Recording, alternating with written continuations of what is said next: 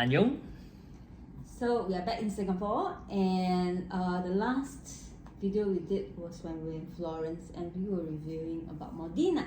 So now we're back home. Let's talk about our experience in Florence. So how do you feel about Florence? Quite like Florence. It's the first big city that we went to in Italy because we didn't really get to explore Rome. We went straight to La Spezia and then Cinque Terre, and then after that, those were like small towns. Then after that, when we went to Modena is slightly bigger, got more things to see, a bit more shopping to look at. But when we arrived in Florence, I think the first thing that hit us was how crowded it was. We walked from the train station to our accommodation, and our accommodation is near the river, so it's really quite a lot of people along the way lah. And we are situated right next to the main shopping street. Yeah. So our accommodation was next to the shopping street. Yeah.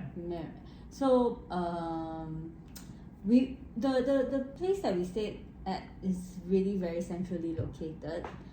It's very near a lot of attractions. From there, 5 to 10 minutes we can reach most of our attraction. The river is right on the next street, where the very famous Ponte Vecchio was there. Is still there. It's a bridge. It's a bridge. Bridge. Yeah. The river is called the Arno River. So Named after Arnold Schwarzenegger. No. Fake news. Tough Okay. Florence. I can't remember much of Florence except the shopping, I guess, and of course there's a lot of art there. We went to the Uffizi Museum. We didn't do a guided tour, we just went for the Uffizi Museum, right, where they have a lot of art, and there's really a lot of history in Florence. So what struck me was how rich Florence was. It was supposed to be the capital of Italy. So very interesting city with a lot of art, a lot of people who are creative, and there is a lot of artisans there. Even right now, a lot of designers are there because it seems to be the place to be. The people there, I think what strikes me the most was the salesperson we met at Ferragamo. Really very good. Yeah, he's very good. Matthew, yes. Matthew. So if you are in Florence, go to Ferragamo, look for Matthew. You will be very pampered. we didn't really expect ourselves to buy anything, but because I think his service was so good, we just felt, there's a connection in a certain sense. Yeah. Then we bought a bag for your mom. Yeah. And a wallet for your sister. Yeah. Yeah. I share with you my experience cause when we first went in, right, it's a huge Ferragamo shop, so we just walk around, right, then we just window shop. I went to try on a leather jacket, which was quite expensive, and then after I tried it on, then he was like, okay, I think on the sleeves and all you need a bit of an adjustment. The next thing he asked was, when are you leaving Florence, and then the assumption is you are going to buy it. Yes, sure. But the thing is that, so I said tomorrow morning or something like that, and then he was like, okay, in that case, the jacket must be ready for you by tonight. Let me check with the tailor right now whether it can be done, right? So immediately, even before I said anything, then he went to make a call to the tailor, right? And then after that, he come back a few minutes later and said that, okay, it can be done by tonight. Then I was like saying, oh wow, okay, thanks. Then I look at the thing, then I hesitate about a while. Then after that, I was like, okay, I took it off. Then I was like, okay, let me think about it, right? And then he was like saying, it's okay. If you need to think about it, means this is not the right piece for you. Thank you for trying this on. He's really very cool. And please continue to feel free to browse around and all that kind of stuff.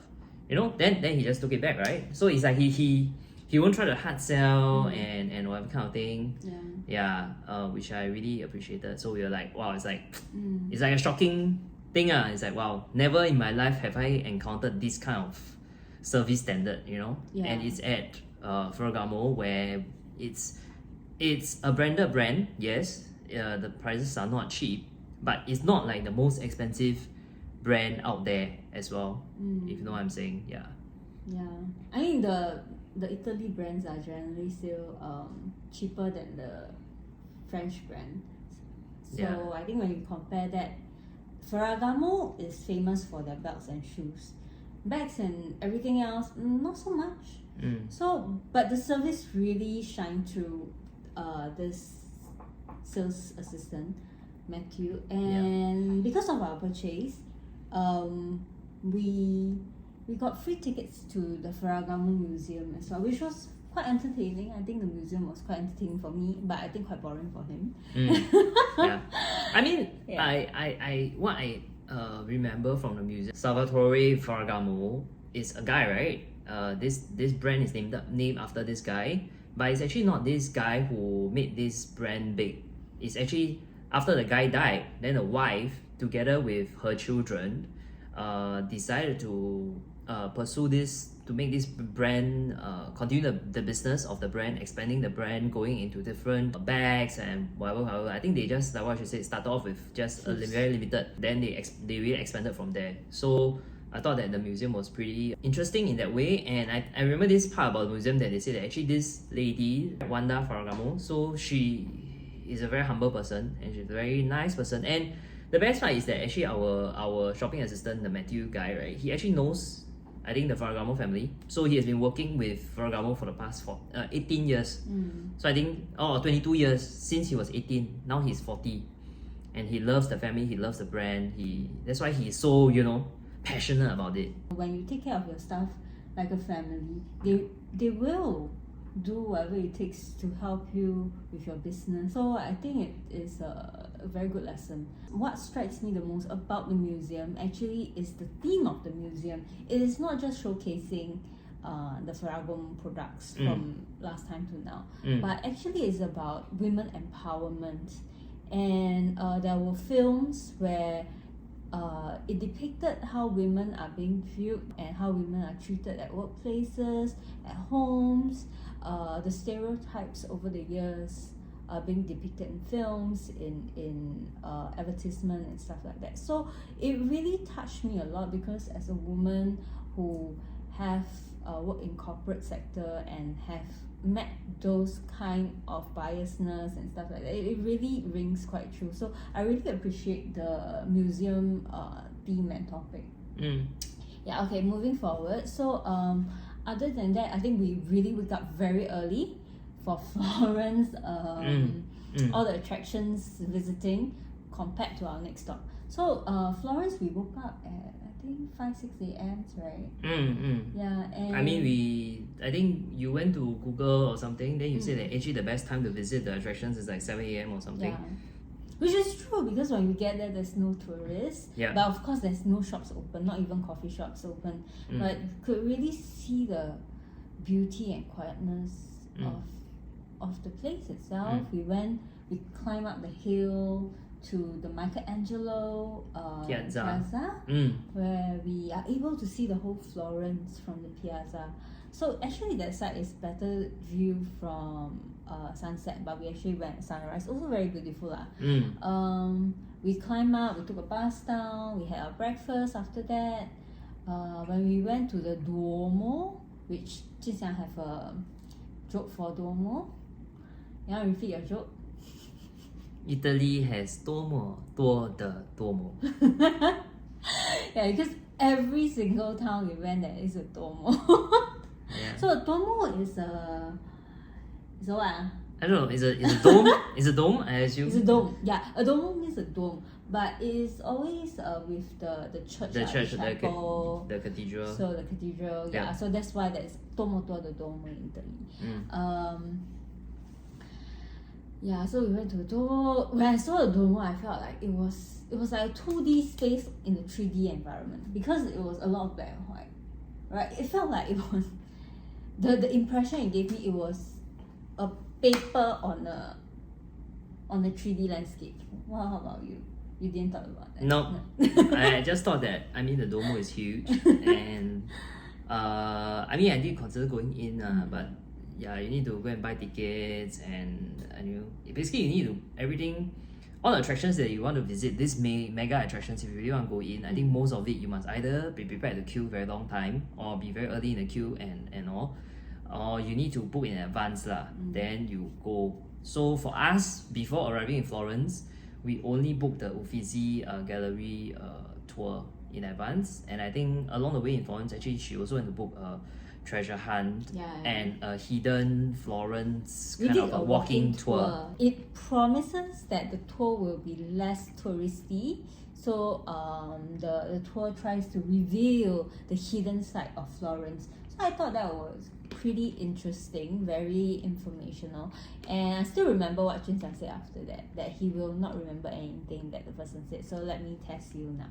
Do you remember anything about the walking tour? But I remember that he did mention stuff about the Medici family. He did mention stuff about this secret walkway that links the palace that they have on this side of the river to the other side of the river, the palace that they have.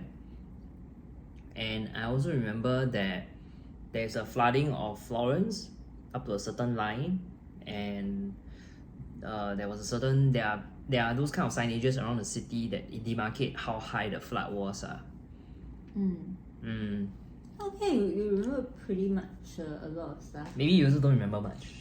I don't remember much, but the things I remember are different from what you remember. I remembered the circular tower that was used to be a women's prison. So you know, the things that I remember are more related to how women are being mistreated, I guess. You don't know that women were mistreated in that circular tower. It's just a prison. Yeah. I believe women are already prisoned in their own homes already. Still need a great prison for them. Okay. That's why waste money actually. And okay, I think very interesting thing was the buildings. There was no first floor door one, last time, because it was so dangerous in Italy, in Florence that time. If you want to get into the house, you need to lower down the ladder from the second floor, and then you climb out the ladder. So the old people can't. They are really trapped. If you're handicapped, you're old, you cannot climb the stairs, you're trapped in your own house.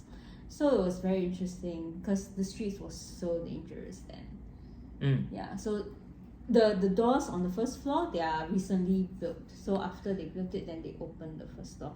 So very interesting stuff that we found out in Florence. And then after that, we did the treasure hunt the next day. And the treasure hunt was quite funny because it was both of us versus 3 other girls from Italy, but not from Florence. And we are supposed to complete the mission. So I think we did pretty well. There was quite good teamwork between you and me. You did most of the stuff, like look for all this. When you get the things, then you just start working on it. You must explain what's the mission, which is basically there will be clues that's given.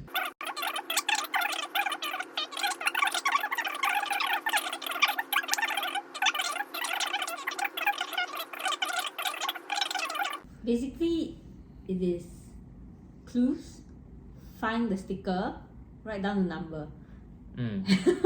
And then go back, go around Florence to find all those numbers.